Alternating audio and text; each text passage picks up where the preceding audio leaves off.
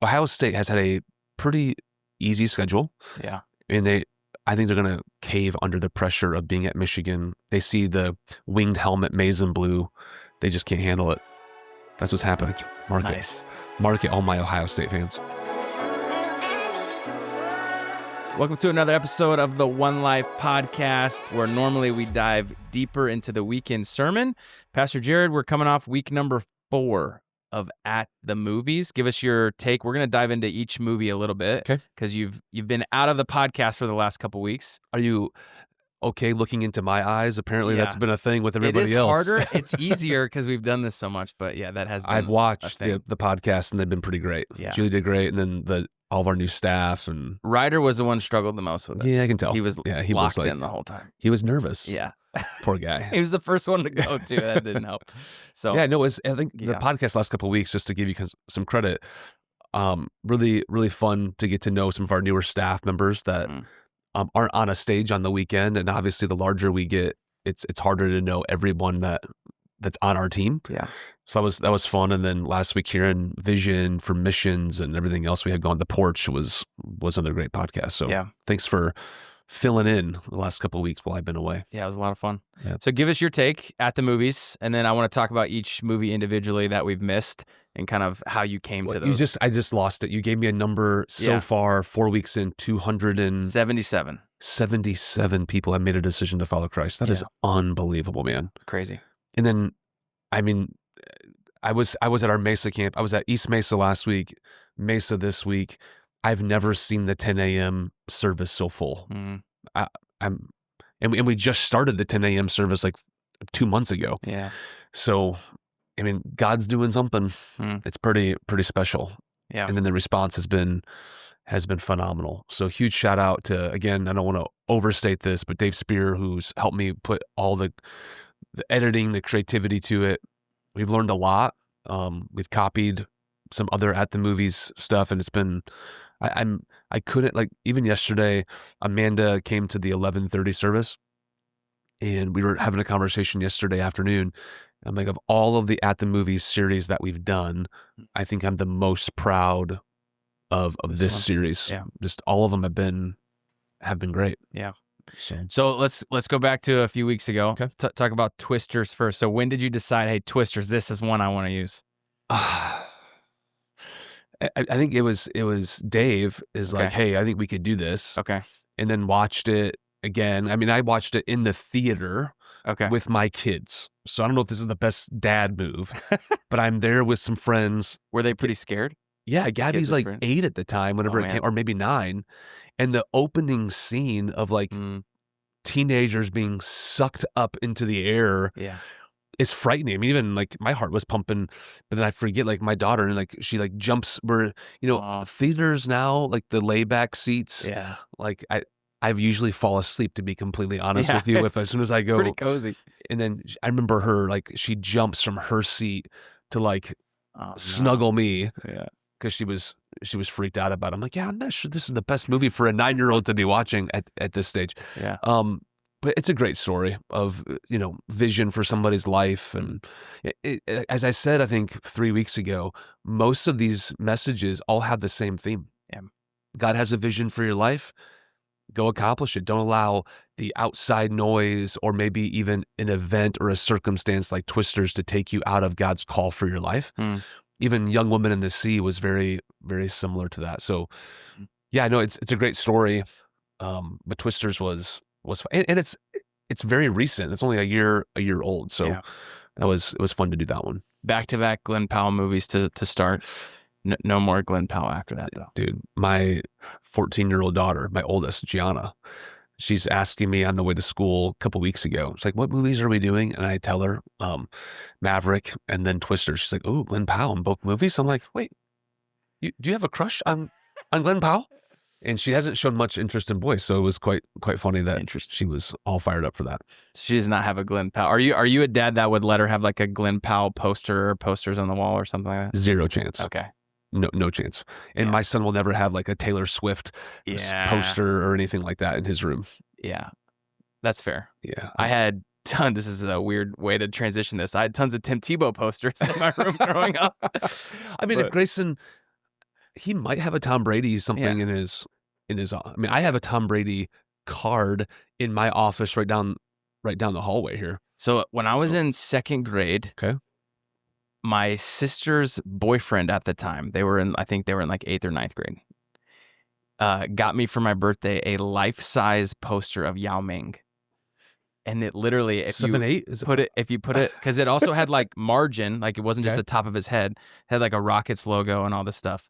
But it literally went from the floor all the way up, and like the top of his head was looking down because it went onto the ceiling. Oh, no kidding. My mom was like, "This is the scariest thing in the world. Throw this thing away." Was it over your bed at least, like looking down Yeah, as it kind of you was. slept? That's pretty creepy. Yeah, that's messed up. Yeah. Yao Ming. we What's got he doing rid of now? that. Is he still alive? Yeah. I recently saw something about they honored him and Shaq, I think, at something. Oh, right on. Yeah. Wow. Fun Yao Ming fact. What a wild turn this podcast posters. had. There we go.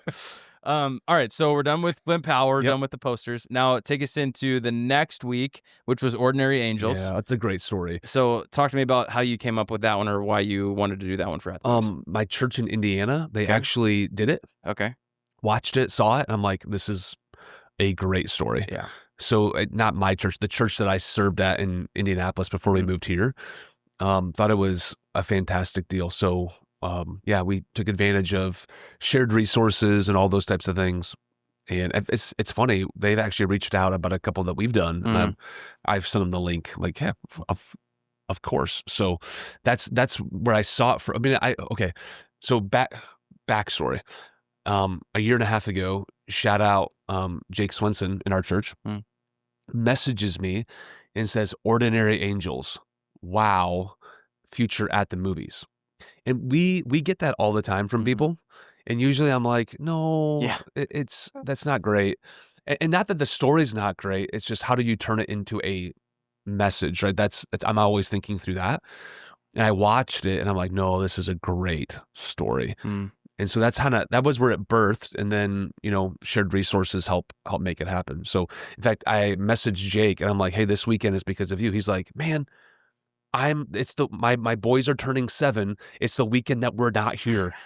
I'm like, oh, what a bummer. And I'm like, you can't watch it. You can't see it. So, but he got the link and saw it. And I was like, dude, I bawled through the whole entire thing.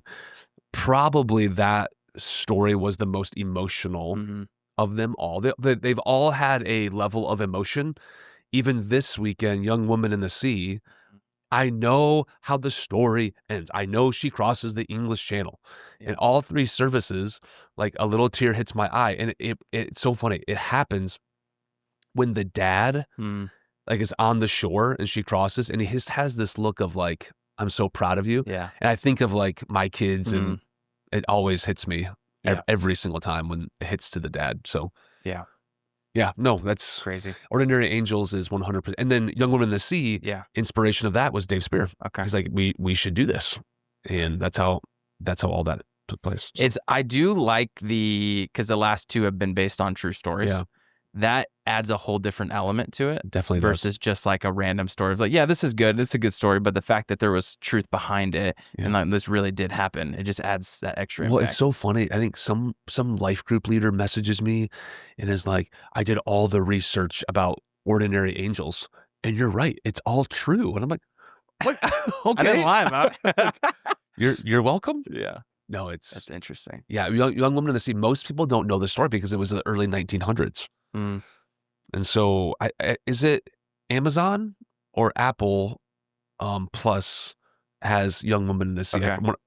Disney Plus. Disney Okay. Plus. So they can go watch the whole thing. And I would encourage people. That's a movie you watch with the whole family. I would highly encourage that. I wouldn't encourage all of them to watch with the whole family, but that one is definitely. We do have to say that every year. Just because we take the story doesn't mean it's. So how could you? I get this question. How could you endorse such a film? And I'm like, I'm not endorsing the film. I'm endorsing the story. Yeah. So people. It doesn't mean take your small child and go watch the whole thing. Please do not watch Coda. Yeah. From last year with anybody under the age of 16. Yeah. Right. So, or maybe even 18. I don't even. Yeah. I mean, that sounds terrible, but fair enough. Yeah. All right. Well, I'm excited. Well, a quick plug for next week. This is one, so every year we go back, I call it Back to the Vault, where we replay one of our favorite movies from years past. Yeah. And this is one, it's one of the best. It is. This is my favorite movie of all time. Okay. Number one for me. Of all time. It's top 5 for me. Yeah. This one That's is definitely great. top 5. It's the best. So and remember, no Thursday night service. And I beg people, like, please do not come to the 10 a.m. from Thursday night. Like, go to 8:30 or 11:30 would be probably more ideal. So it'll put some pressure on our systems and our team to see how we fit everybody in this week into 3 services. Yeah. Wait, what an amazing problem to have. Yeah, that's true. We just added a 4th service, and if we didn't, there's no way we would have been able to do all of this. I mean, our attendance we've never seen anything like this in the history of our church. And the salvation decisions are on another level. Yeah. So it's praise crazy. God. Yeah.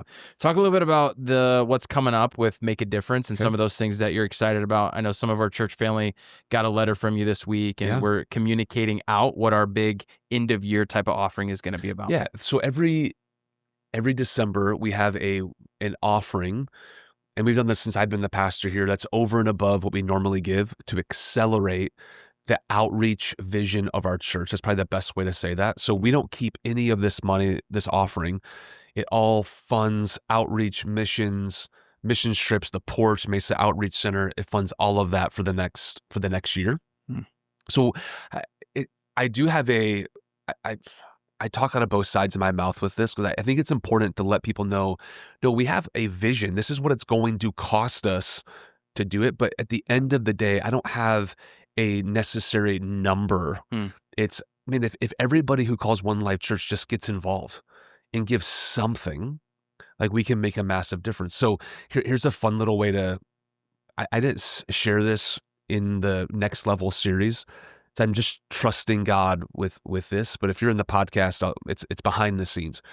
So I think we're averaging 2,100 people for At the Movies, maybe right around there. If every single person was just to give $100 to the Make a Difference offering, that's a $210,000 increase for outreach. Yeah. Now, again, I have 3 little kids, or 14, through 10. So are they going to be able to do that?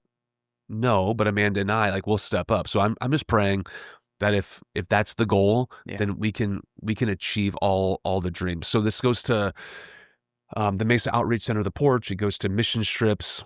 We want to help people take that step. Yeah. And we understand that money can stand in the way of that. So we try to scholarship people. Another thing this year, we're trying to take 200 kids to camp, preteen, junior high, high school. The costs, and you know this better than I do now, the cost to send a child to camp, a teenager, is $750, yeah. $750 for 4.5 days. Immediately when you say that, parents we can't afford it. Yeah. I have 3 kids, right? That's over $2,000 summer bill. Yeah. And so I don't want anything to stand in the way because I believe in the power of camp. God spoke to me at summer camp, Word of Life Bible camp in Schroon Lake, New York. And I believe in the power. You disconnect from the world, your phone, parents, and you're there alone with God, your youth leaders. God does something really special. And so we try to, every single child, every single teenager, half off. We cover the cost of that. Or I would say the generous people of One Life Church. So all this offering funds all of the outreach initiatives. So we don't keep any of it. It all goes to people, to ministries. And that's what we encourage people to do. So you're not giving to a church, you're giving through a church. That's the language that we use. So I'm praying, if 2,000 people are attending our services right now, if every single person gives $100, some can give more, some will give less. Yeah.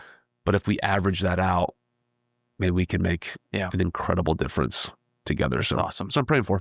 Cool random story about camp, right? Okay. So I was the same way.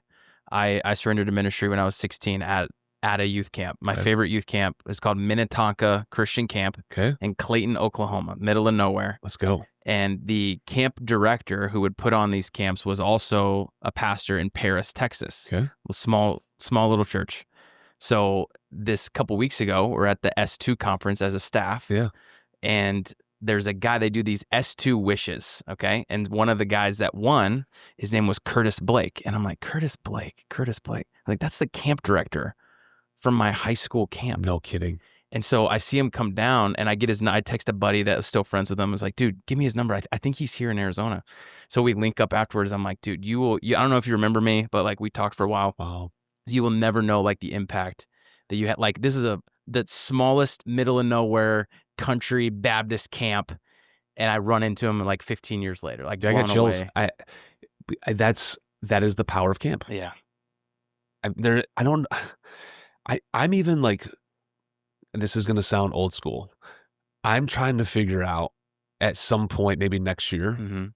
I've not voiced this even to you, like in our private like vision meetings that we have, is how do we create something like this for adults? Mm-hmm. Where and 21 days of prayer and fasting helps. Yeah. But I'm still asking you like, hey, join us online for 21 days for a devotional and fasting. Something powerful happens when you disconnect from the world. Yeah. And you're alone with God. And I don't think it's just a you thing. I think we need to create something like this for parents, for couples.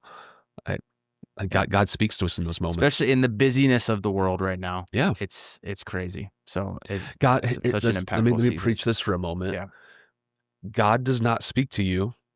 No, let me say it this way: God is always speaking to us. Mm.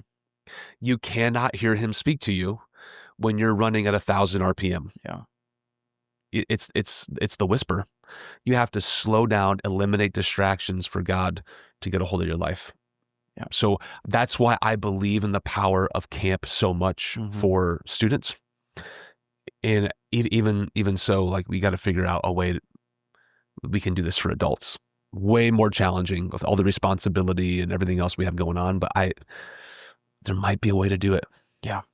That's awesome. That's a good strategy, good vision. I like it. I don't know how we're gonna do it, but we're gonna crack the nut of how do we convince adults to shut down ESPN and Twitter and Instagram and TikTok.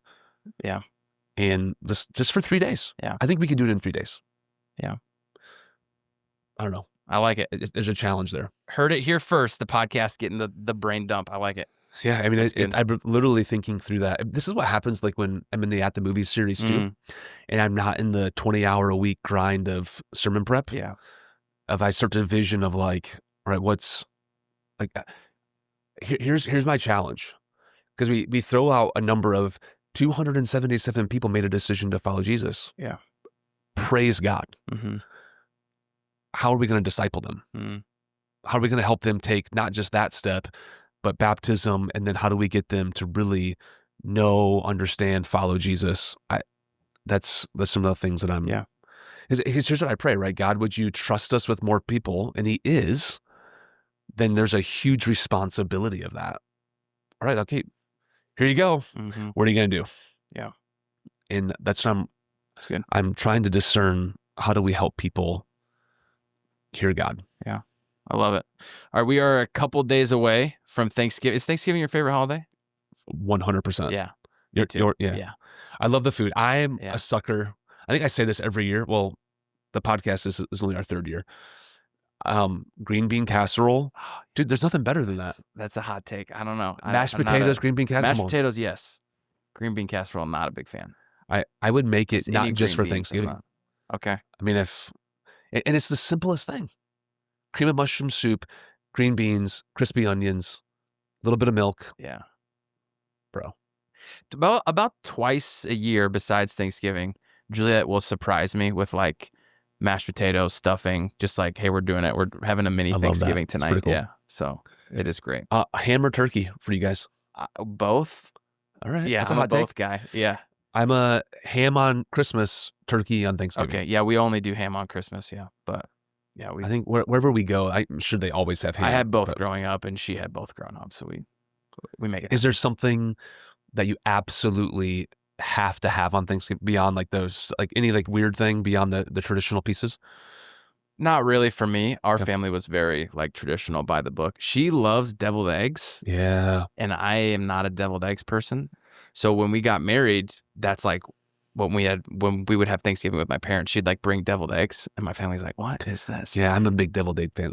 But my dad loves them. So my dad was like, jackpot. This is great. I'm glad she's in the family now. I get And deviled eggs. the thing is this, like, I know we eat a lot, like, of protein with turkey, Yeah. but you have, like, 4 or 5 deviled eggs, man. Your protein, you've already hit your protein for That's the day. fair. All right.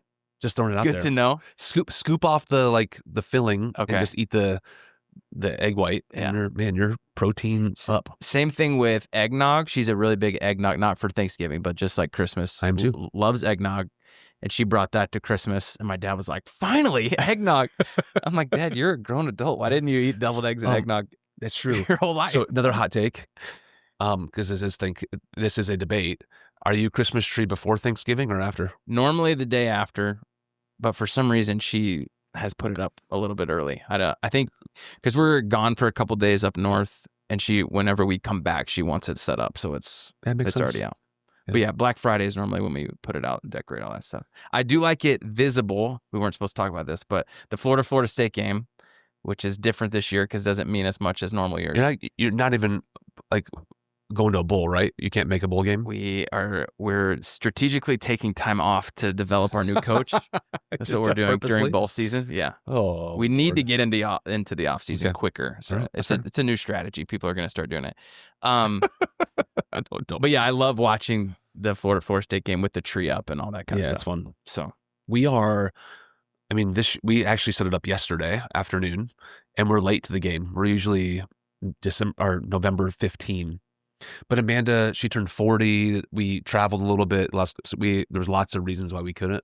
So you actually called me yesterday, or I called you back, whatever. And you're like, what are you doing? I'm like, I'm fluffing a 15-foot Christmas tree right now. Terrible. I'm on a ladder. Yeah, that's not ideal. So we got this house that has huge ceilings, and Amanda's like, I want a gigantic tree. It sounds great until you realize I have to fluff this thing. Yeah, and she's not getting on the ladder to do it. So yesterday afternoon, I'm like dripping in sweat, fluffing a tree, and all I picture is the Buddy the Elf when he jumps on the literally tree and falls over. So I'm like on one foot. So I'm like, Grayson, you have to hold the ladder for me so I don't fall. And so he's like, are you done yet? I'm like, that's funny. Probably said some things I shouldn't have said to him in that moment, but I love it. All right, so your take, Michigan, Ohio State. You guys going to pull off the upset this week? I do. Ohio State looks really, really good. But yeah, I'm a homer. Michigan all the way, man. 24 at home. 24 to 10 is my prediction. Wow, 2 touchdown win. I think we're gonna take it. Demolish them at that point. I think so. Okay. We're in their head. Yeah. They can't. They're all the Ohio State fans, like Dave Portnoy, one bite. Everybody knows the rule guy. Mm-hmm. He has said this over and over. It's pressure. Mm-hmm. They have. Ohio State has had a pretty easy schedule. Yeah. And I think they're going to cave under the pressure of being at Michigan. They see the winged helmet maize and blue. They just can't handle it. That's what's happening. Nice.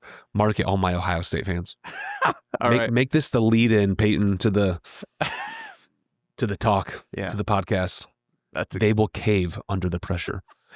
They might.